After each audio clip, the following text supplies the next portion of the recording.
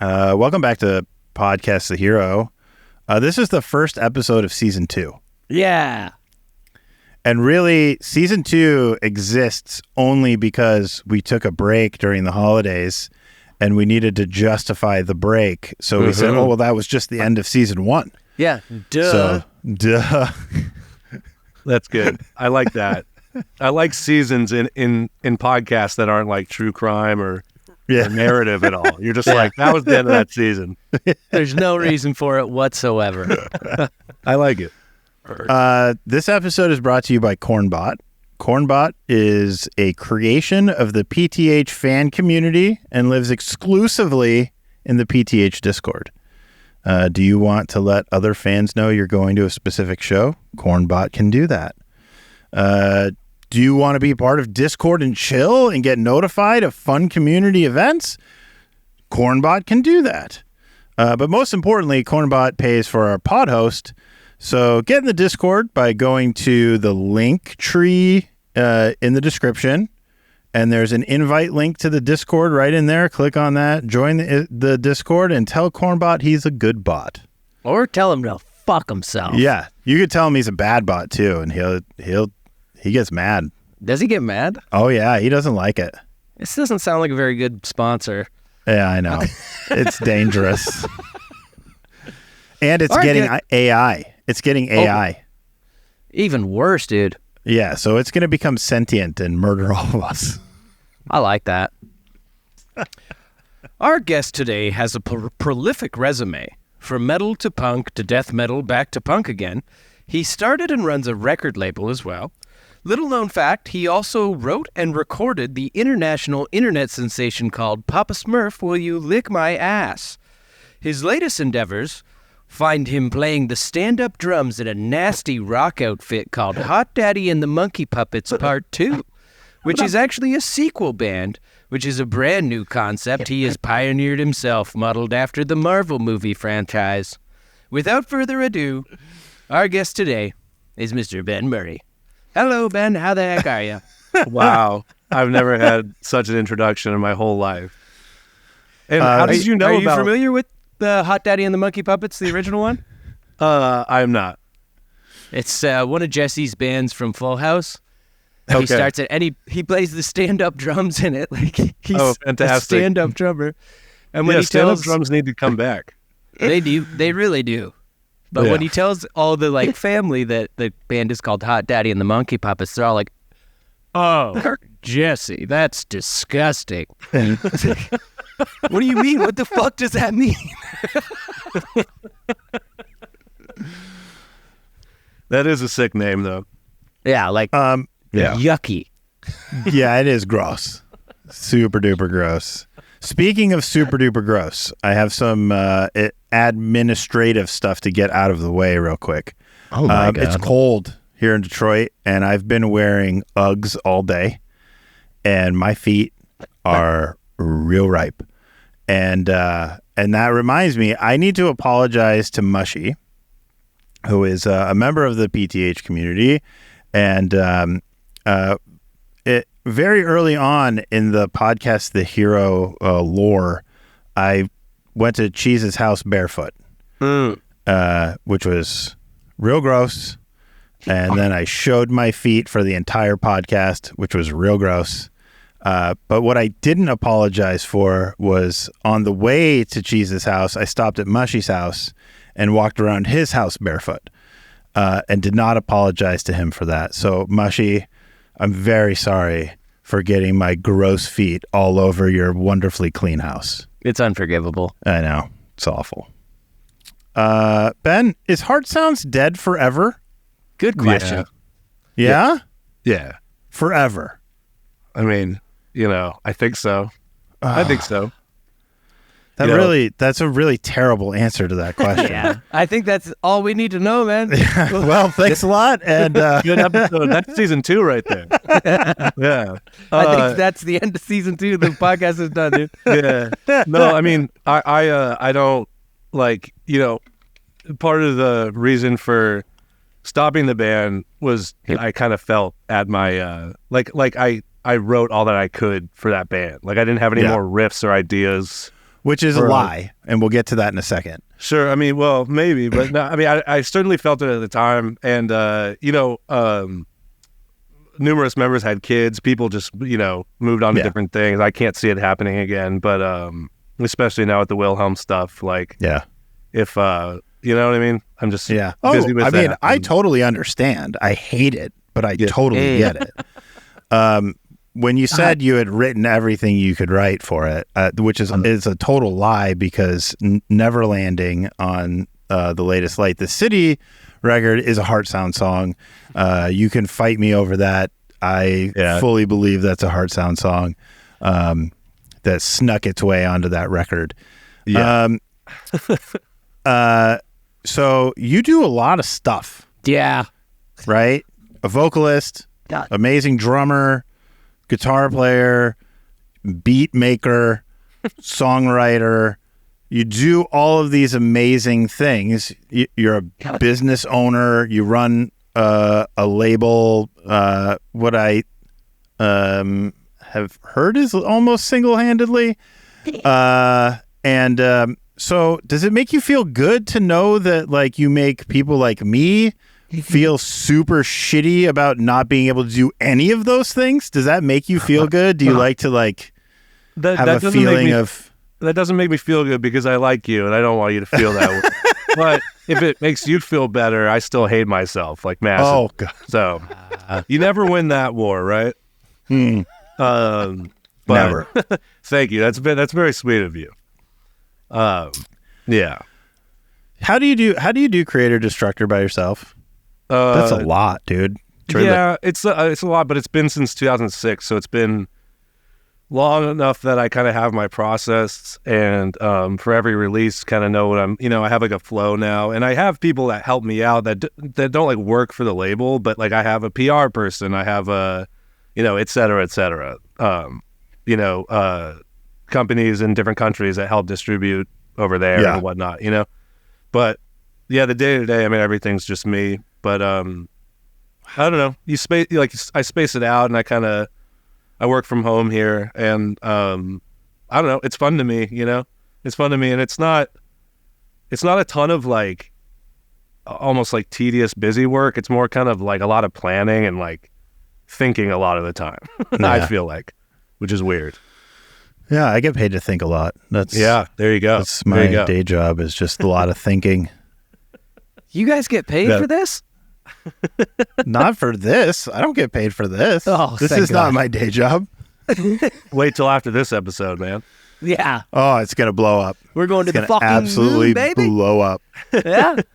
Yeah, but I don't know. It doesn't feel like I don't feel like stressed by the work or anything, despite the fact that it's just me for the most part. I'm also like, I've been doing it for a while, and the label does great, but I'm not, Century Media or Metal Blade or something. Sure. I think if I was selling that many records, I would definitely need someone else. Yeah.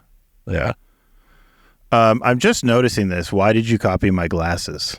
Oh, I'm so sorry. I've been rocking these for years. We're wearing the exact same glasses.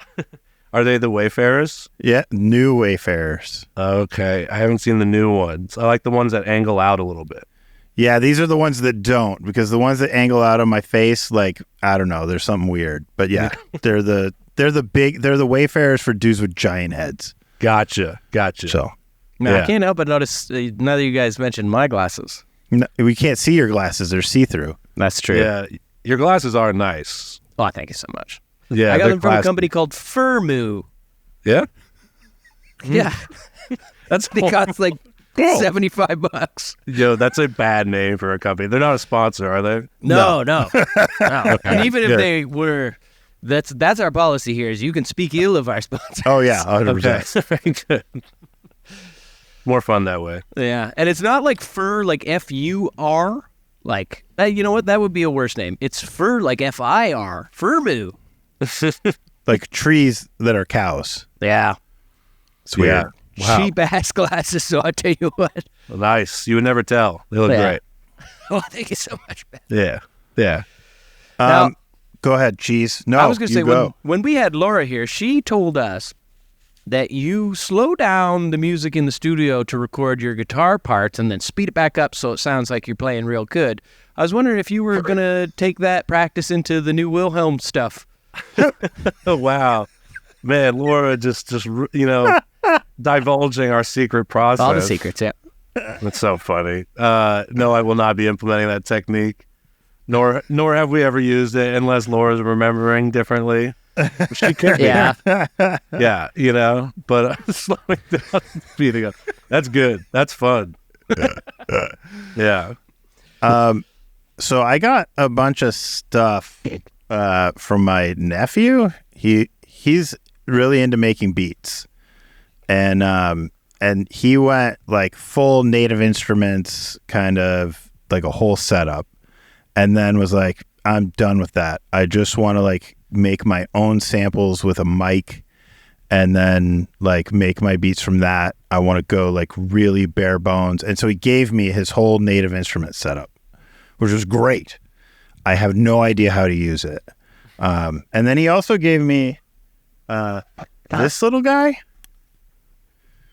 It's like it's a teenage audio pocket operator thing. It's a little sampler beat maker. Yeah, it makes Mario music. Thing. Yeah. And it's got a little like digital display that when you make the music, it like little guys go around and stuff. That's pretty cool. Yeah, and you can like hook it up like directly, like you can input into your computer and record all the beats. I don't know how to use it either. So let me get this straight.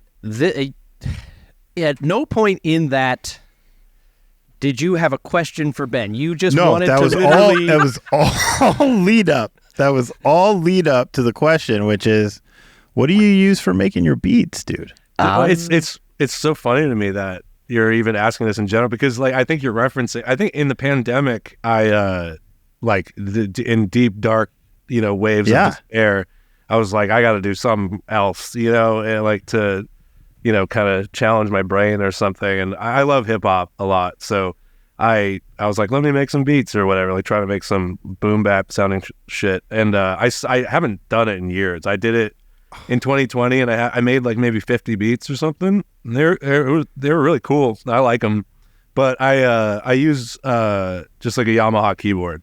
Oh, okay. And pretty much do everything on there aside from like sampling stuff from YouTube and whatnot. Yeah. So you don't want Fritzy's stupid little calculator? No. No, I mean, you can ship it to me. Okay. I'll try it out. I'll probably break it as soon as I get it. I'm surprised I haven't broken it yet. Not purposefully. Yeah. You every band that you're associated with is characterized as melodic, right? So melodic death metal, melodic punk, melodic indie. Like, what do you have a patent on melody? Do you own melody? Yeah, I wish. I'd be loaded right now. Oh, Ariana Grande would be like, that Ben Murray. Yeah. Just every single artist trying to make dissonant music so they don't have to pay me. Everybody just like sucks because you own melody. Yeah, it all sounds like Sun or something. No, but no diss against Sun. They're cool. But yeah, no, I can't get away from the melody. Like even, I mean, the Sunlight the City songs back in the day, there's some songs on, especially Remains of the Gods, our second record, that like have no melody at all. They're all, it's just death metal. It's like thrash, modes and whatnot. It's like, it's all kind of, I mean, I guess they have some melody, but the kind of like, kind of Swedish or just big epic kind of melody you're talking about. Yeah. It's always been, I can't seem to get away from it. Not that I've been trying to, but yeah, like even some Heartsounds songs and stuff at times, I was like, these are almost like too pretty or like too like nostalgic sounding, or so, I'm like, where am I even getting this? I don't have, like, it seems to pop up everywhere around you. And I just kind of wonder, like, were there like influences on you? Like, what did you listen to coming up? Yeah, I mean, it huge. Where all that comes from, where it even bled into the metal with like the city, is because like I started before I got into metal when I was like really young. I was all about the Epitaph Fat stuff. So like A Bad Religion and Strung Out were like like my Bible. So you know, and especially bands like Strung Out and, you know, Propaganda and stuff, like they all experimented with like, you know, intense music with melody and whatnot. And so that bled into my love for bands in metal that had that kind of melody. That's so when I got into metal, it was through bands like, you know, honestly, like, you know, like In Flames and Darkest Hour and stuff, where it's like, oh shit, you know what I mean? Like the vocal approach was not new to me because I got into hardcore and stuff, but I was like, oh, this is the best of everything. You know what I mean? Yeah. So yeah, I think it all stems from that from punk essentially. I love that whenever you find like guys that were into that like SoCal punk scene coming up, like the two bands that they cite when they found their way to metal are always Prop and Strung Out. like it's not that they're a stepping stone because you never leave either of those bands behind. But like they are an open door to heavy metal. Yeah, totally. I mean, there was only a small handful of bands, you know, there were more than just them, but that were doing the real fast, you know, I guess skate punk thing, but you could tell they were like metalheads too, you know? Lagwagon was kind of like that too. Yeah, that's true. Lagwagon have like, I forget what the record was, but it has a bunch of like old demos and like some of them are like speed metal almost. Like, totally. Yeah, I mean, I think Chris Hanna has said like when he was a kid, he was like, I wanted to play thrash, but I wasn't good enough to play thrash. I couldn't actually play it, so I ended up playing punk. But I always just wanted to play thrash. Came back full circle. Yeah. In that case, yeah. Actually, Todd was telling me a story the last time I saw him that when, I think it was the band Celtic Frost, the last time they were in Winnipeg, Todd and Chris rode their bikes around the venue all day waiting to meet anyone from the band of Celtic Frost. Yeah, and eventually did. They're like 50-year-old men just riding their little bikes around going, whoa. That rules. They have a song too, I'm pretty sure, on Supporting Cast that's like about going to see Sacrifice. Yeah. Like the Bangers Embrace. Yeah. It's like the best song too. And potentially the least like metal track that they have, right? That was an interesting like contrast to me, you know? Yeah. But I love it. They maintain that kind of like fandom. Oh, for sure. Like there are bands like Sacrifice and Venom that I've never heard of, but I've never heard their music, but I know the bands because of Propaganda. Just like always shouting them out. Yeah, for sure. I have a technical question for you. This will be good. How do you play an Explorer sitting down? Like, where does your arm go? I never have an issue here. I mean, how do you... So you guys have matching glasses and Explorers. I'm the guy that's got different glasses and no Explorer. Well, Fritz, look, like, this is an ESP. I'm not sure what you're rocking. I see. But it works for me. Like it's kind of right. I'm not lifting my shoulder at all, so it never really bothers me. But you also set it on your right leg. Correct. Not your left leg. No, left leg's impossible. Would you set it on your left leg? I always, every other guitar, I put it on my left leg. You play like crossbody? You got to do right leg. I guess that's the ticket then. Right leg. Yeah, put the crook between the neck and that first arm down. Yeah. But on your leg down there. You got to play like playing a V sitting down. You got to like play That's hard. Right, cuz you got to put the crotch of the V on your right leg and then and for me I can't do it. I have to have a strap to sit down with the V because it's just like I'm like holding it up. Yeah. Yeah. You know what's another solution for that is just maybe play a sensible shaped guitar. Nah, dude, pointy guitar supremacy. It's like those BC rich fucking warlocks things. And those are nasty looking buggers, aren't they? I've never been able to pull off a BC rich, but the Wilhem dudes give me shit for the pointy guitar. Do they? Get out of here with that fucking pointy guitar. Did you play that in Wilhem? Oh, 100%. Yeah. That's amazing. I don't like round guitars. I don't want to rock them. I mean, they're fine. I like them on other people, but I need points. Yeah. I mean, you played what? You played like a telly in Heartsounds. I played lots of guitars in Hearts. I played like a telly and like a Les Paul for a while. I learned over many years that that points reign supreme. Yeah. Eventually I ended up with an Explorer in Heartsounds, and I haven't looked back really. I love it. I don't know why that shape just feels the best to me. Yeah. Yeah. I mean, That'd it's be cool very like James Hetfield with like fucking down picking awesomeness. Yeah. Yeah. I think it'd be cool if you played like those spiky metal guitars like that in Wilhelm, but then you went back to like the city and you were playing like a big hollow body, like, you know what I'm saying? Yeah, exactly. Yeah, that'd be awesome. I think I read that EVH is making a hollow body shred thing for Wolfgang. He wants a hollow body, but with like a total shred setup, like the thinnest neck possible, everything, but a hollow body. And it riddle me this: what does Wolfgang Puck need with a guitar? Yeah. What does he need? That is the Wolfgang you referred to, yeah? Yes, of course.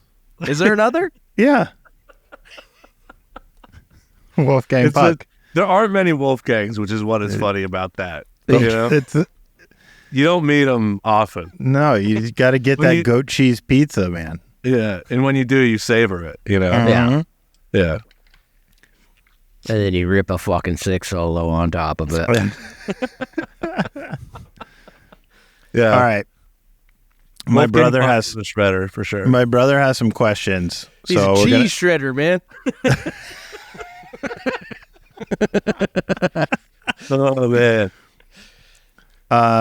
The rules. It says, explain the process of how one comes on as a fill-in guitar player. We probably could have asked other Ben this question because he's filling in playing with PTH. But We got a guitarist named Ben, too. yeah, that's right.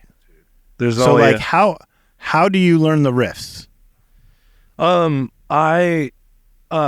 when I filled in for Wilhelm in late 2022, before I joined the band earlier last year, I filled in for them and I had to learn like 27 songs, and I gave myself I had like 2 months to do it, and I just every day I had the tab books, so I referenced those quite a bit. Yeah. Now, are those Sheet Happens tabs books? They are. Sheet Happens. Yeah. Yeah. I have no affiliation with that company. Oh, you know? My buddy knows it. Yeah. Yeah. Well, check out Sheet Happens to get those tab books. But yeah, I referenced those. I watched some live YouTube videos, like just to like confirm certain things that Subpoena was doing and Jason were doing. And Jason sent me a bunch of videos of him playing the stuff just solo, isolated, so I could see what he was doing. That was really helpful. Yeah, because it's like Wilhelm is not your average like punk band. You know what I mean? Like No. Calling them a punk band is a little like, it's not giving the full description because there's a lot of like technical stuff that goes on there. It requires a very proficient player, so it's got to be quite challenging to just step in and step up and do that shit, you know? Yeah, I mean, it was daunting only because they were and are still like my favorite band, and I was like, if I fuck this up, oh my god, you know what I mean? Like, I'll never be able to live with myself if night one is just like fucking nightmare for me up there. But I was quickly kind of like, I think like the first day I sat down, I was like, all right, here we go. I'm like staring at with like 27. I was just like, holy shit, just cracking into one. And like, I think that night I freaked out a little bit. I'm like, oh my God, this is, but the more I got down, I was like, okay, I have like 4 down, 5 down. I was like, okay, I can, and it helped me get more familiar with like, every band's got their kind of bag of tricks. You know what I mean? Like things that they do, or chords they repeat, or patterns they fall into, or like, every songwriter's different. And you start to see patterns, you start to see themes. So that made it easier to kind of understand everything else once I got into it. I feel like I'd like to remake the movie A Beautiful Mind, but have it about you and learning the Wilhelm songs. You're singing a shit out back with a piece of chalk and a guitar. Yeah. Or it's like Goodwill Hunting, and I'm just like writing out their tabs on a chalkboard in the... Yeah. Like Nuno's just got like a chalkboard in the hallway, and he's like, no one will ever be able to play this riff. Yeah, exactly. Just roll up with a mop and a broom. Just go, hello. Yeah. Is Trev like a real stickler? Like during rehearsals and stuff? No, he's not like a stickler. Like, he's such a chill guy. You know, a super sweet guy. But he'll definitely like let you know if you hear something that's wrong or off. Yeah. You know, he's always constructive about it. He's like, hey, that's actually this or that.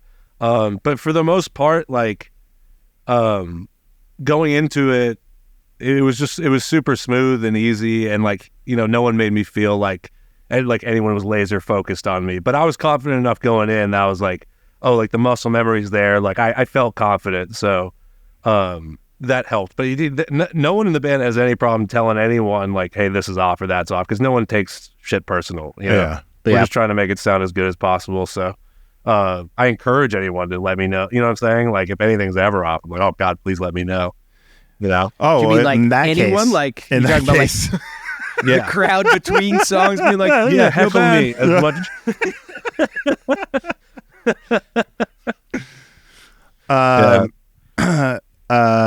Are you guys writing right now? Yeah. We have we've done 2 like of these kind of like boot camp writing sessions, like these week-long sessions in New Bedford, where Brian and I fly out there, and just literally like 14 hours a day we're in Trevor's studio, like, you know what I mean? Like, going nuts in a fun way. But so we did 2 of those, and our next one, we're renting a house in Joshua Tree in March, and they're going to come out this way. And yeah, we're like, you know, going to go totally distractionless and try to like finish writing the music for the record. But we have like, you know, 8 or 10 ideas clanging around there. Nice. So yeah. I have a question regarding Joshua Tree. Yes. Is it a tree or a place? It's a place. So there is no tree? There's lots of trees. But there is no one Joshua specific trees. tree named There's Joshua? lots of Joshua trees. You know, I'm actually not an authority. There might be one named Joshua, and the rest have other names. Like Gary. But there's Honestly, I've always thought Penelope. that the Joshua tree was like a tree in the middle, like a big fat tree in the middle of a desert. No, it's a type of cactus. Yeah, I mean, Fritz is right, I think, in a way, but that's a perfect assumption, though, dude. It's like that. It sounds like it's just this thing, this big thing you go and visit and, you know, kneel to or something. Yeah, and I'd heard that Roger Miller wrote the song Dang Me under the Joshua tree. Oh, really? I like how you say Joshua. Am I saying Joshua weird? It's probably because the next town over is called Oshawa. Yeah. So I'm just saying it. Joshua. Yeah. It's nice. I like it. I wasn't dissing it. No, that's okay. No, you should. Even if you were. Yeah. What I'm curious about is what came first, the U2 record or the National Park? The National Park. But U2's been around for a long time. Can you prove it? No. Can you prove it? U2's been around forever. Yeah. If a Joshua tree falls in the woods and there's no one around to hear it, did it make a sound? Yeah. But no. I would say the U2 record came first, no doubt. That's what I'm thinking. Not a single doubt in my mind. And even though I've just learned what the Joshua tree is, that I'm pretty confident. Joshua tree. Yeah, the dude, that's fantastic. I was just thinking about it. Made me think about how crazy it is that whole Apple, the U2 thing that happened years ago. It's so it's like, hey, everyone gets this album. That's like airdropping your record to everyone in the world. Yeah. And backfired, right? I wonder if there massively. I wonder if there was anyone out there who was like, okay, your U2 record, nice. I didn't even have to do anything. I was about to pay $14.99 digital for this. I bet there were a bunch of people. Those guys sell out stadiums still. Yeah, probably millions of people. Yeah, we're like, this is amazing. For sure. for me, and I imagine maybe for the both of you as well, I just found it one day and was like, what the fuck? Well, not me. I don't have an iPhone. Bono been in my phone. Well, I still have Android. The issue was, most of their fans, just have landlines. They don't know. But there's a hotline. There's a hotline you could dial up and just listen to the record. I heard from Gladys we got the new U2 record on the phone. Oh, fucking A. Okay, it's time for the Punisher. Oh. Those were all your brother's questions? Yeah, those are all my brother's questions. What was the name we were calling your brother? I don't remember. I was like... His name's Adam, but we didn't call him that. We were calling him like Dick Slimmons or something like that. Something. Shoot. He is a huge fan. Yeah. And so when we have people on that he's a huge fan of, I try to let him ask some questions. I send him an email. I don't ever let him come on the podcast ever to meet anybody. No, I've never met him. He can ask some questions. So the Punisher... I appreciate the questions. The Punisher is, you get a choice. You can pick one. You don't have to answer both. You pick one or the other. Okay. What is the worst song you've ever written? Or why should he get rid of his freeloading family premium Spotify account and switch to Bandcamp? Don't switch to Bandcamp for anything. Don't? No. Stick to Spotify. Stick to all that. Help the bands with their streams. That's what anyone's looking at anyway. Yeah, that's what. All right. Yeah. I got Switch no love to there. Deezer. I don't know about Deezer, but the Bandcamp. I don't know what to tell you. I don't love it. I'm just trying to get my Deezer numbers up, man. Yeah, get those Deezer streams. Yeah. I think that's what the rec execs are looking at now. They're going, well, what are his Deezer numbers at? That's a great toss up. But the more interesting one is the first question. Yeah. The worst song. And I mean, I have plenty. Because again, circling back to the beginning, I hate myself and I have a hard time listening to a lot of my past output. Listening to early Light the City is easier for me because I'm not on vocals. It's just like amateur or like childlike kind of amateurness in music is still kind of charming to me. Yeah. But I have a real hard time listening to my own vocals and lyrics in Heartsounds. Not in like Darkness Everywhere, that band Wilderness Dream we did. Not when it's heavy or when I'm screaming. But there was some particular about Heartsounds that I was like, it's hard for me to listen back. It's not that I think it's bad. It's just like I was in a very intense emotional place for almost the whole 8 years we were a band. It was like a very trying time for me in many ways. And so like the lyrics are so fucking vulnerable and shit. And I listen back, I'm like, I give myself the ick. You know what I mean?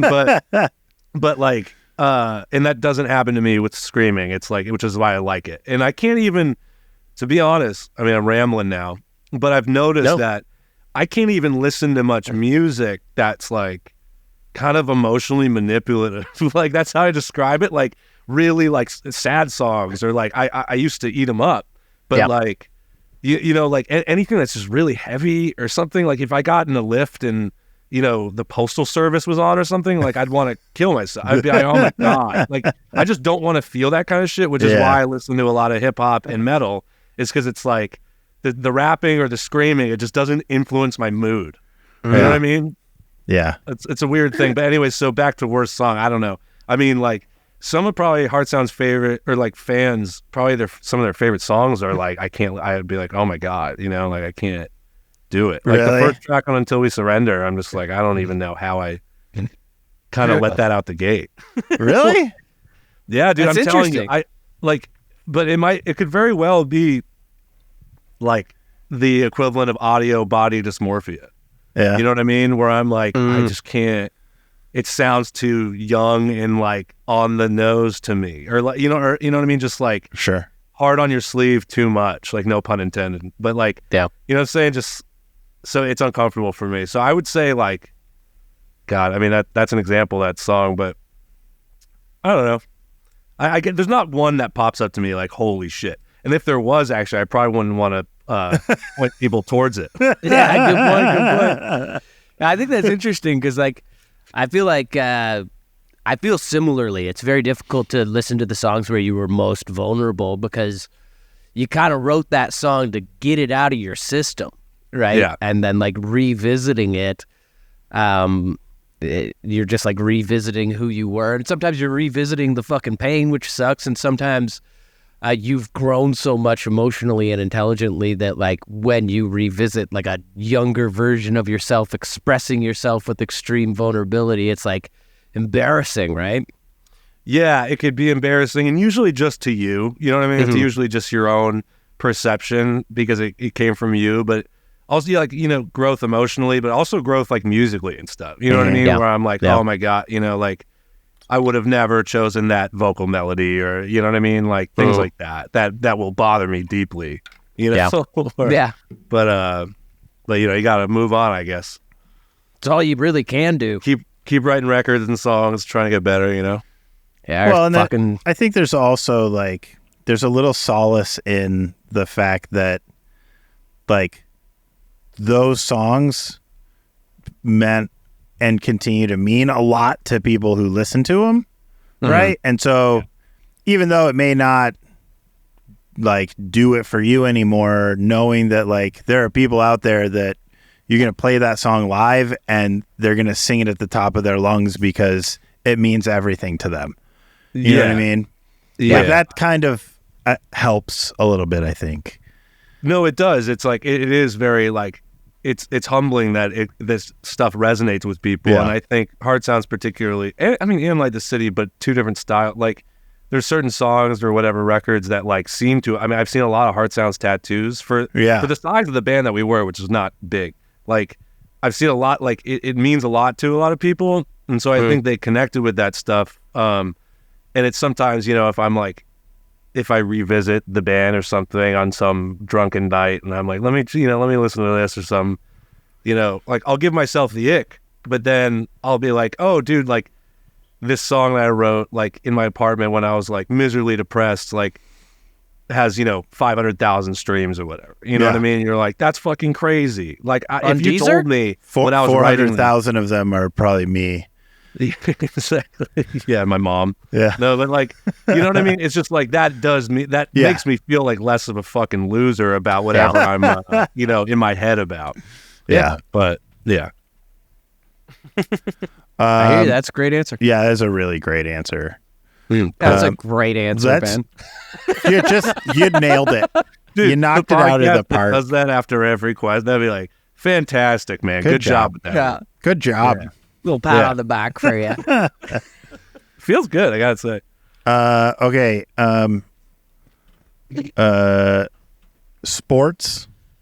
Are you into sports? Bay Area sports.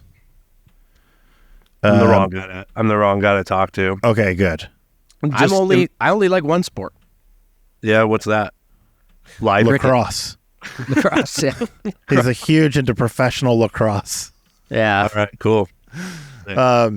You grew up in Connecticut or something?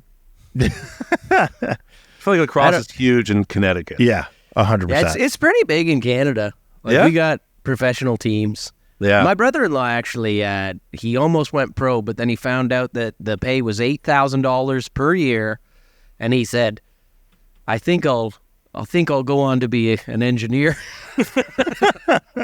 Wise choice. Yeah. Lacrosse is brutal too. Yeah. Yeah. Oh, you're beating the shit out of each other. Yeah, for sure. And there's whistles going all the time. Nobody knows what's happening, not even the players. Yeah, everyone gets their own net. Yeah. Kind of. Yeah. That's wild. It's like someone saw basketball. It's like everyone gets one of them. You know? In their hands.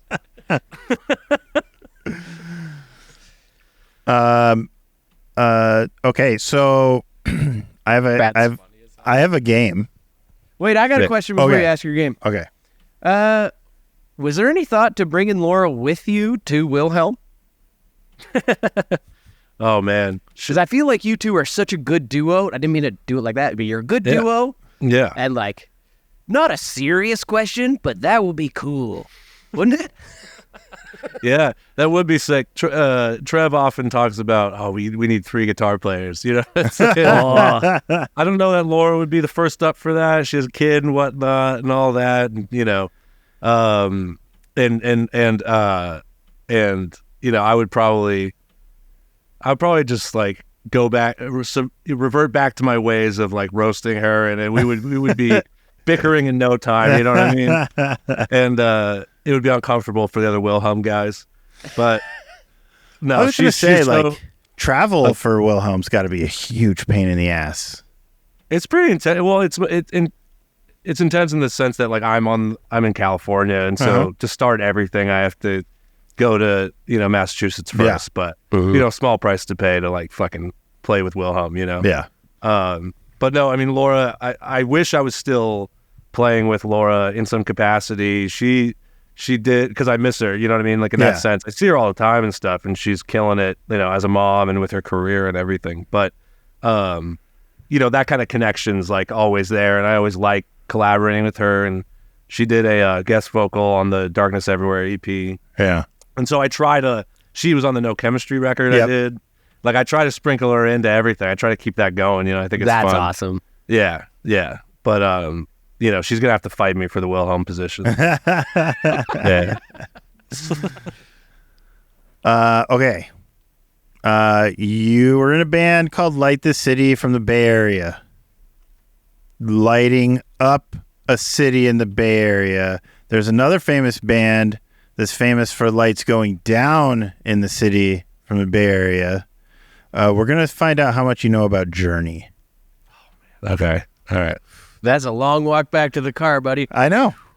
Yeah. That's how it works, man. I got to go. Yeah. I got to get long connections, very tenuous. Just the smallest thread holding it together. Tendrils. Yep. I got to say, I don't know anything about the band Journey. Well, this is going to be fun. I feel like I might lose miserably, but we'll see. Before settling on the name Journey, what was the band going to be called? And it's multiple choice. So Foreigner. Multiple choice is great. That helps a little bit. Is it A, Voyager, B, the Bay City Crew, C, the Golden Gate Rhythm Section, or D, Twirled Vision? I just go on Google real quick. You know what I want to say? God, it's between Voyager and the Bay City Crew or whatever. I want to say Voyager. Yeah, I want to say Twirled Vision. It's the Golden Gate Rhythm Section. That's real? The worst one. That was the worst one by far. Yeah, that's the real one. Thank God they changed it to Journey. I mean, yeah. My goodness. The Golden Gate Rhythm Section? Yep. What the fuck? Yeah. Oh my God. That sucks, dude. What does that even mean? I don't know. Because, what are the other players at the Golden Gate? If they're just they're the not rhythm just section? bass and drums. Yeah, that's it. Bass and drum band that's that it. played on the Golden Gate Bridge. Yep. That name would make a lot of sense. Yeah. You know? But it doesn't because oh, man, that sucks ass. Yeah. That's funny. Okay, the original band was made up of members of the following bands except this one. Was it Santana, the Steve Miller Band, Frumious Bandersnatch, or Crosby, Stills, Nash and Young? I mean, Jesus Christ. That third one you made up, I'm pretty sure. I think you made up that fourth one. Frumious Bandersnatch. You know what? He threw that in there because it sounds made up. It's like Moxie Fruvus. Yeah. I think none of them played with Crosby, Stills, and Nash, so I think that's the one. That's the one. Hell yeah. Killed it. God, you know Journey, dude. I don't. I was just like, I think Crosby, Stills are older. So maybe that doesn't maybe they're not even. Maybe they're the same age. Yeah, I heard they were 25. Yeah. Crosby, Stills, and Nash still today? 25? Yeah. They look and like young. shit for and 25. young. Well, they're young. Yeah. Journey was originally put together to be a backing group for other Bay Area musicians. But then decided to go out on their own and be their own band. Their original music style was what? A, blues rock. B, country and western. C, jazz fusion. Or D, they were a wedding cover band. I was hoping you'd say disco or something. It feels like they were like, God, I guess I gotta go with the they're not that bluesy though. Like they're actually, I don't believe that I'm gonna go, were wedding bands a thing back then? I guess they were. They were probably more of a thing. Yeah. Yeah. Who wants a wedding band really, you know? I'm gonna go wedding band. Cheese? Yeah, I think it's did you say rhythm and blues? I said blues rock. I'm going to say blues rock based on that you said they were the Bay City backing Golden State band. Oh, shit, you're right.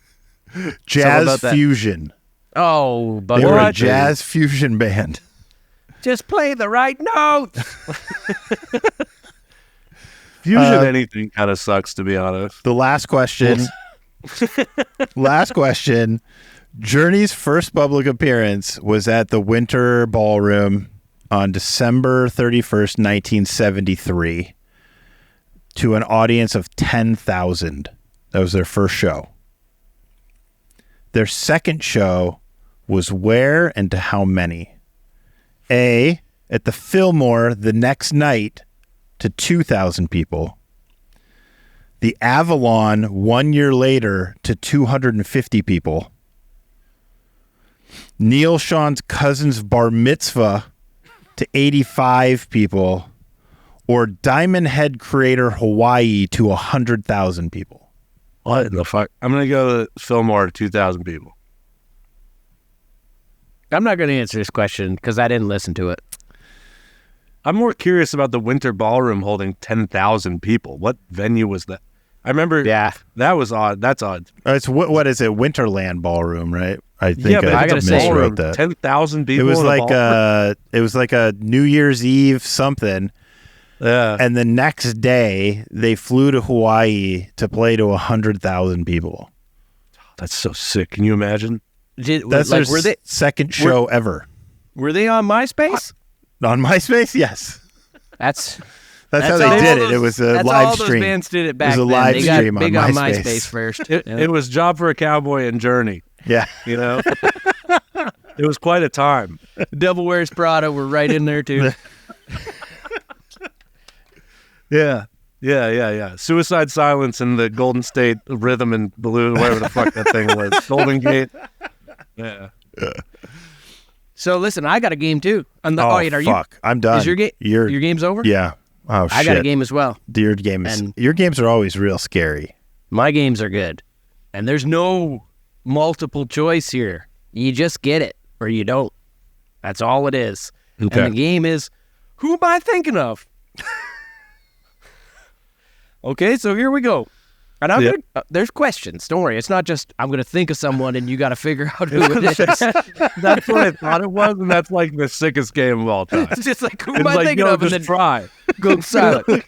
John F. Kennedy Jr. That's right. Shit. Okay, now, knowing that you're not an NHL fan, this first question is going to be hard. Name an NHL goalie who has 2 Stanley Cups, but now watches games from the press box. Is Fritz competing as well? I know who it is. Oh, you do? I mean, I think you might want to help him out. Is it? Give me a clue. I still won't know who it is probably, but give me what does their first name rhyme with? Cat. What? All right. Maybe Pat something? No. Damn. There's a lot of names that rhyme with cat, actually, now that I'm thinking about it. That's not who I was thinking of. No? I had no clue. No idea. Are you thinking about a Tampa Bay Lightning player? No.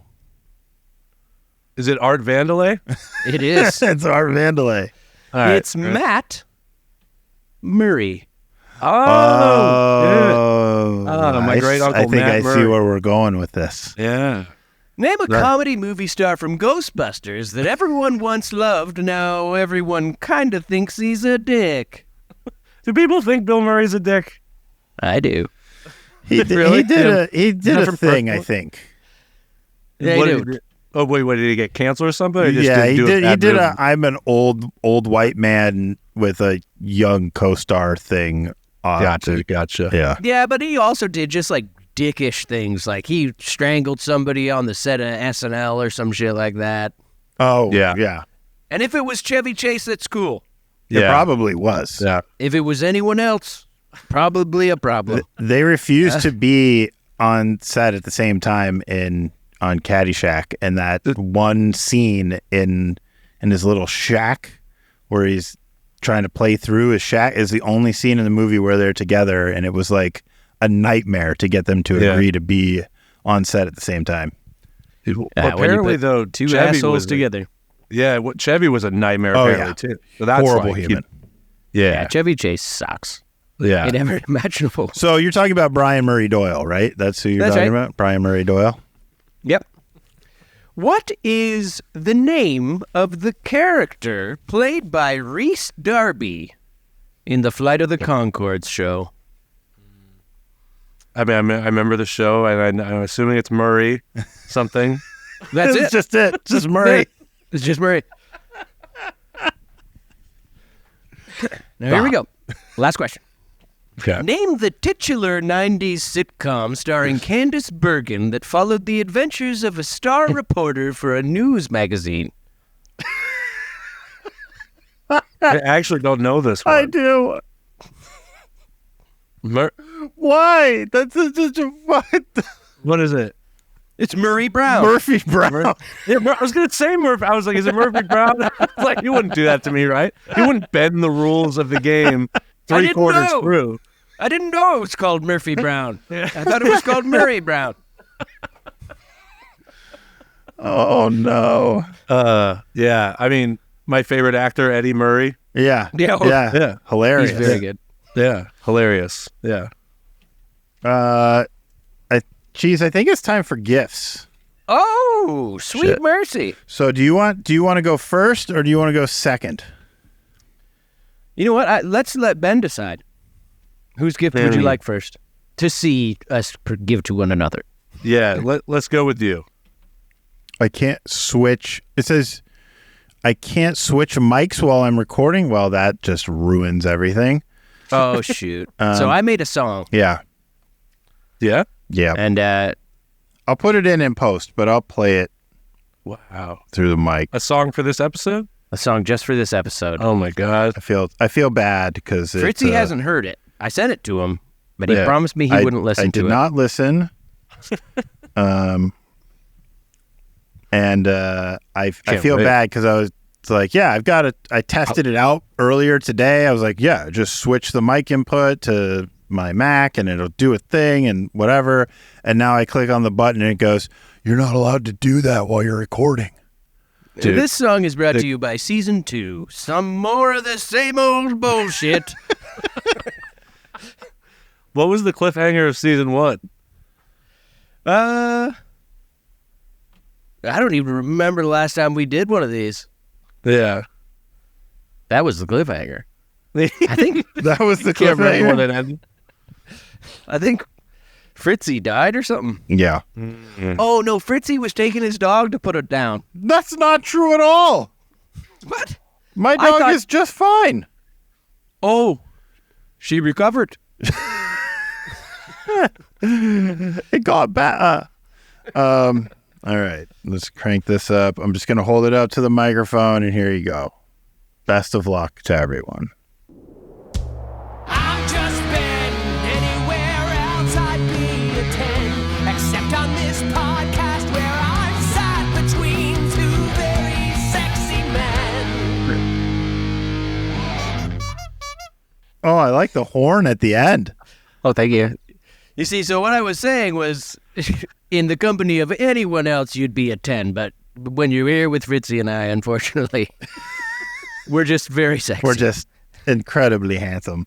To the tune of... Trust me, I knew it going into this. Yeah.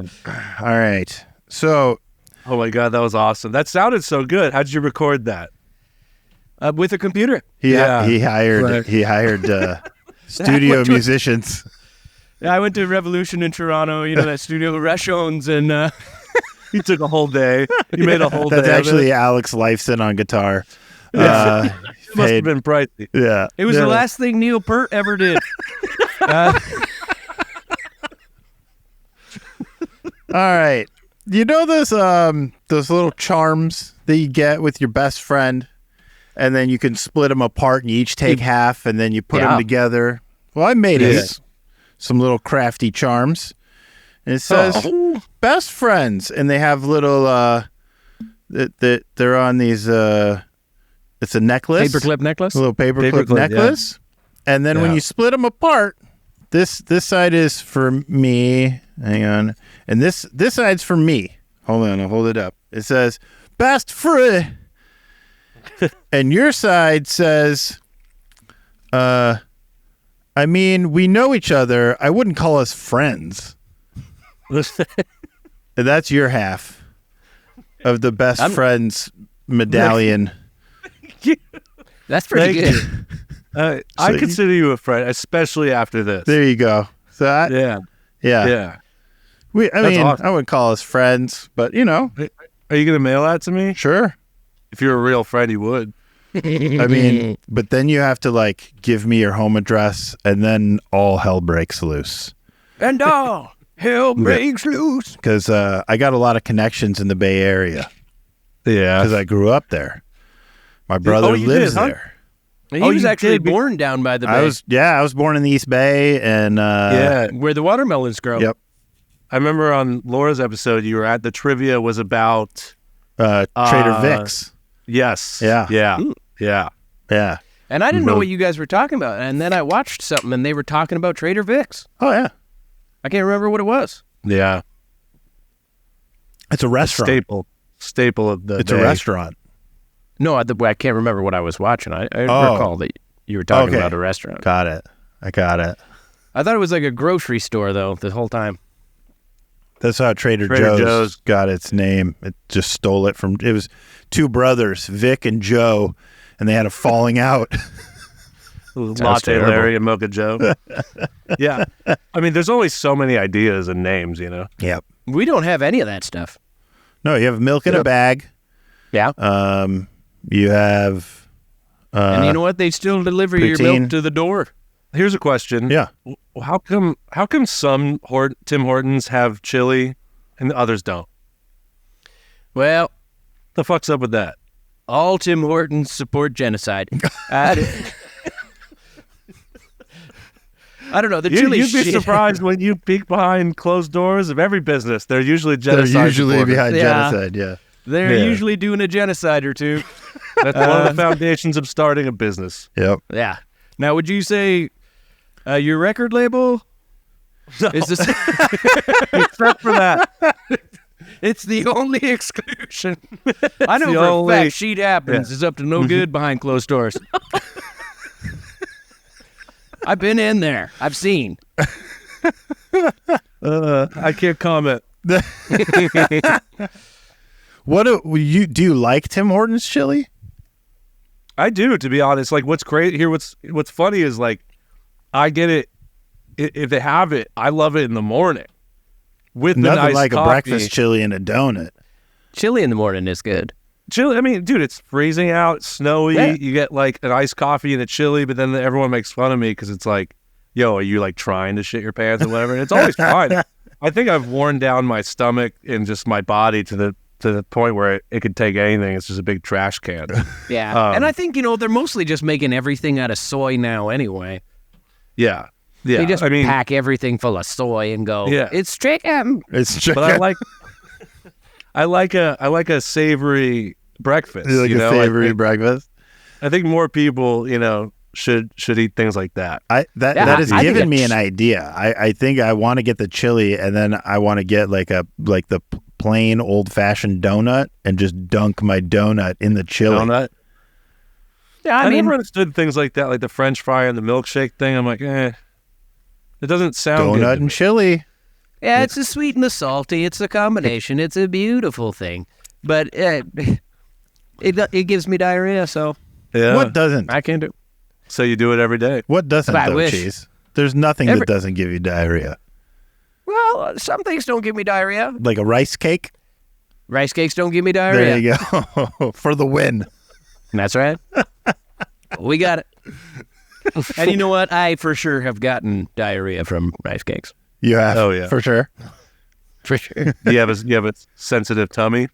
Oh, I've downright got colitis. He's got, he Nice. basically has a non-functioning gastrointestinal system. Yeah. Wow. At some point, I'm going to be shitting in a bag. You know how like, I'm in a colostomy bag. I've shit in bags already. I'm already doing that. I'm shitting in a bag right now, brother. you know how like intestines and stuff have curves and everything? Like you get the esophagus, stomach, and then there's all these. With him, it's just a straight tube, mouth to anus. And he just, Like a everything he seagull. eats just goes straight through. Damn. I swallowed a Power Ranger ring that came in a cereal box one time. Got it right back. Got it right back. No big worries, That's fellas. the upside. You swallow inanimate objects, you get it right back. That's it's his retirement plan to just go on the road and like watch me eat this thing.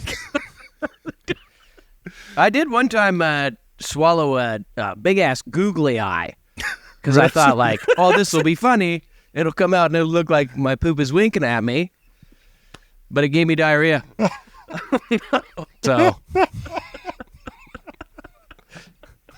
So I never That got rules. that. That rules. This is fucking Oh my funny, God. dude. Well, that's true. Oh, so we got to pick the winner of the. Oh yeah. So does Cheese win? It's also okay. I always tell people it's okay. I don't feel always bad. okay. I always lose. It's okay to lose. And when I lose, I feel horrible. I still get a I'm trophy. not right for days. I still get a trophy anyway. So, I mean, I have to make it myself and give it to myself. But I'm going to go with Fritz. yes. I'm sorry. You know Rush? You ever heard of Rush? It No. cost me thousands of dollars, dude.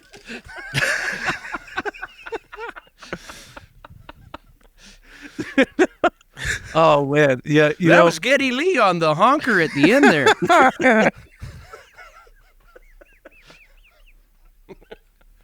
Yeah, but the paperclip, you know? Yeah. You know what? It was cute. It was beautiful. It was a good gift. Wait, can I take back my answer? I think, I don't know. The song was fantastic. Yeah. That's No, okay. you know, I'm gonna give this to you, Fritz, because you gave that whole sob story before, that you don't win much. Now, what if you found out? What if you found out that I always win? That I wrote the song. No, what would you do if you found out that gift was not actually made for you? He You didn't do make that friendship thing with you in mind. What would you say to that?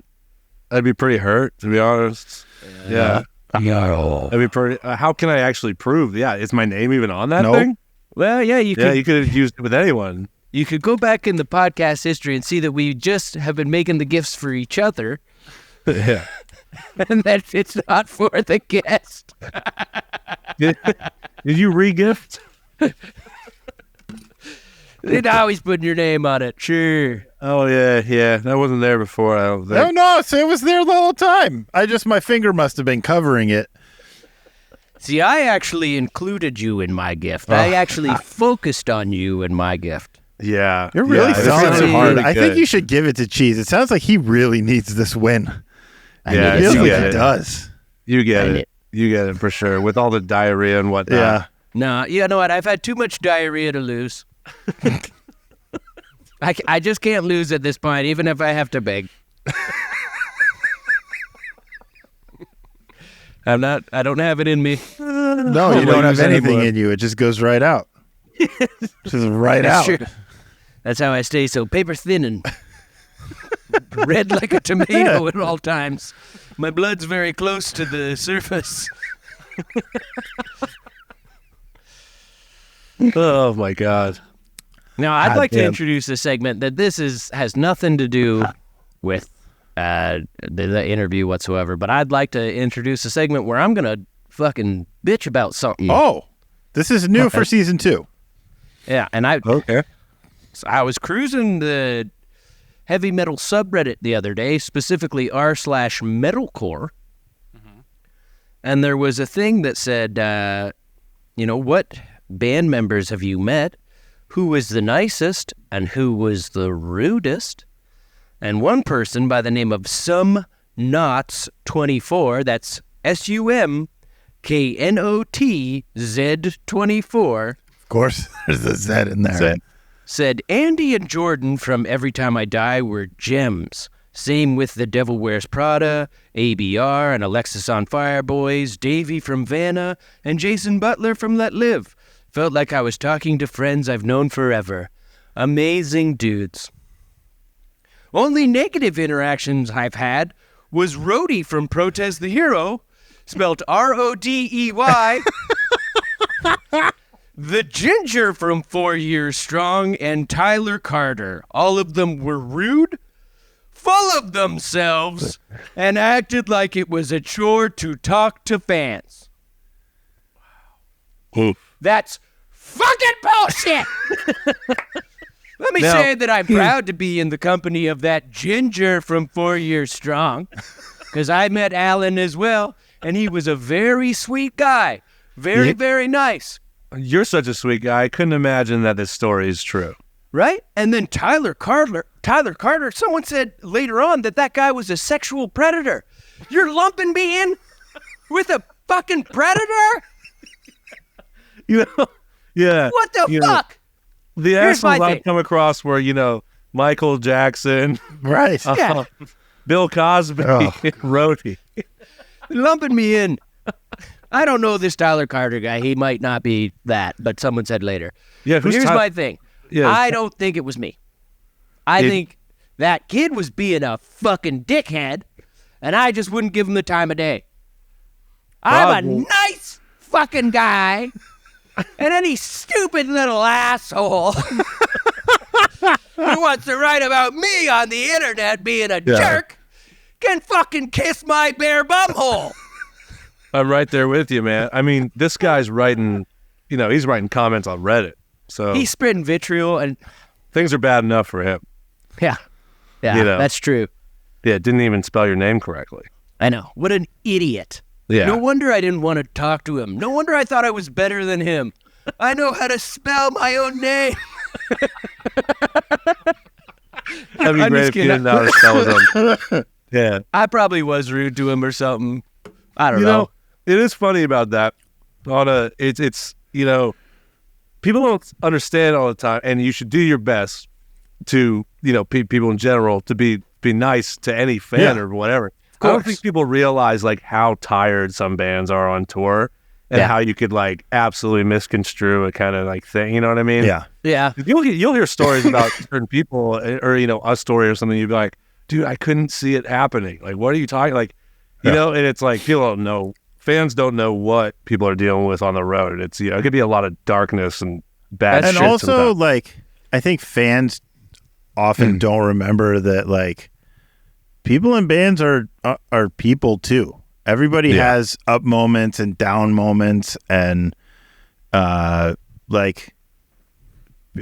some reason people hold sort of like the bands they love or professional or whatever to this higher weird standard in terms of like they have to be nice to me or like I deserve some, and it's weird to like not go in to treat somebody just like a normal human being.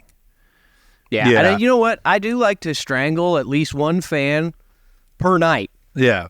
So maybe it was just one of them. Oh yeah, it's true. Yeah, maybe that's the one you got. Yeah. Yeah. But you know what? Couldn't be, because I kill them all.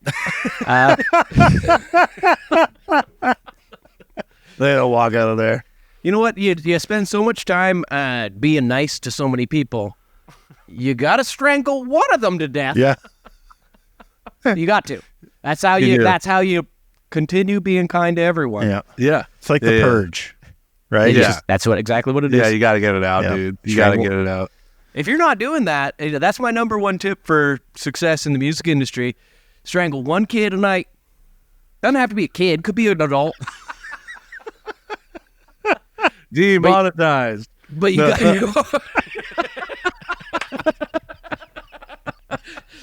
I hope our sponsor doesn't leave us. God, say goodbye to Blue Chew and fucking better help. Yep. Yeah, that's fantastic. Fuck. This is the reason why the people I work with are like, what's your podcast called? I'm like, oh, I'm not telling you anything. You will never know. Yeah. Yeah. That's why in my private life, I don't go by Rody Walker. Yeah.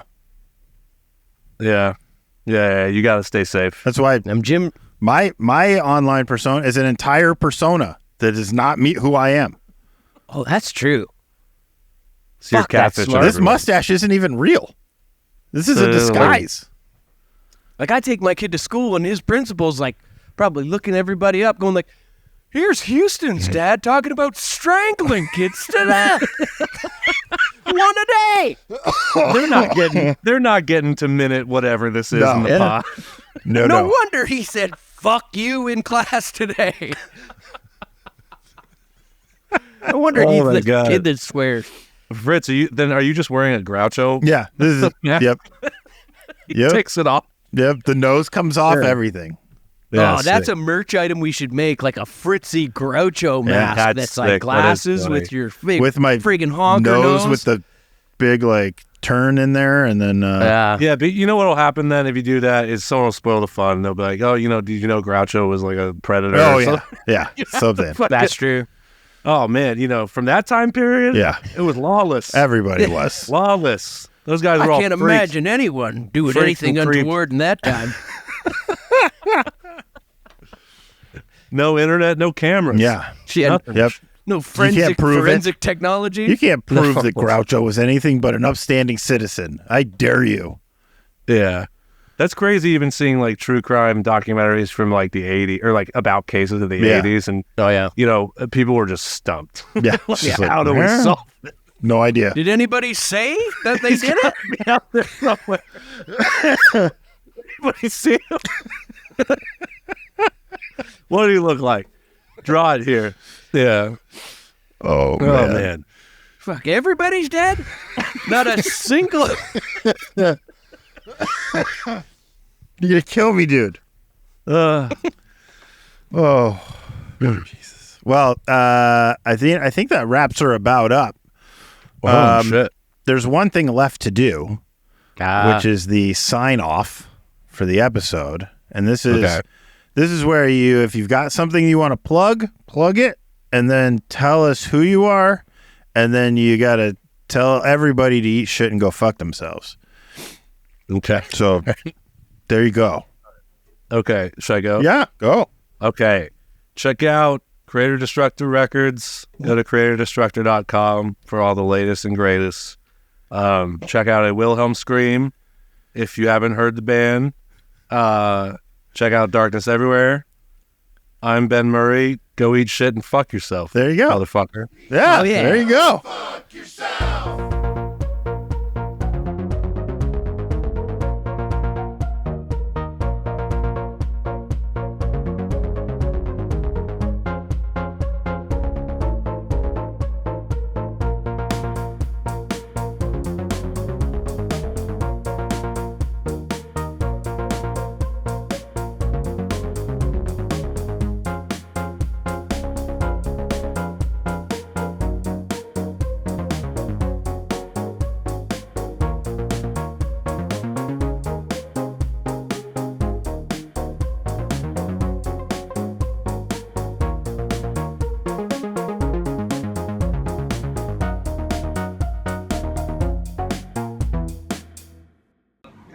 You can also pick a picture from your Is he she?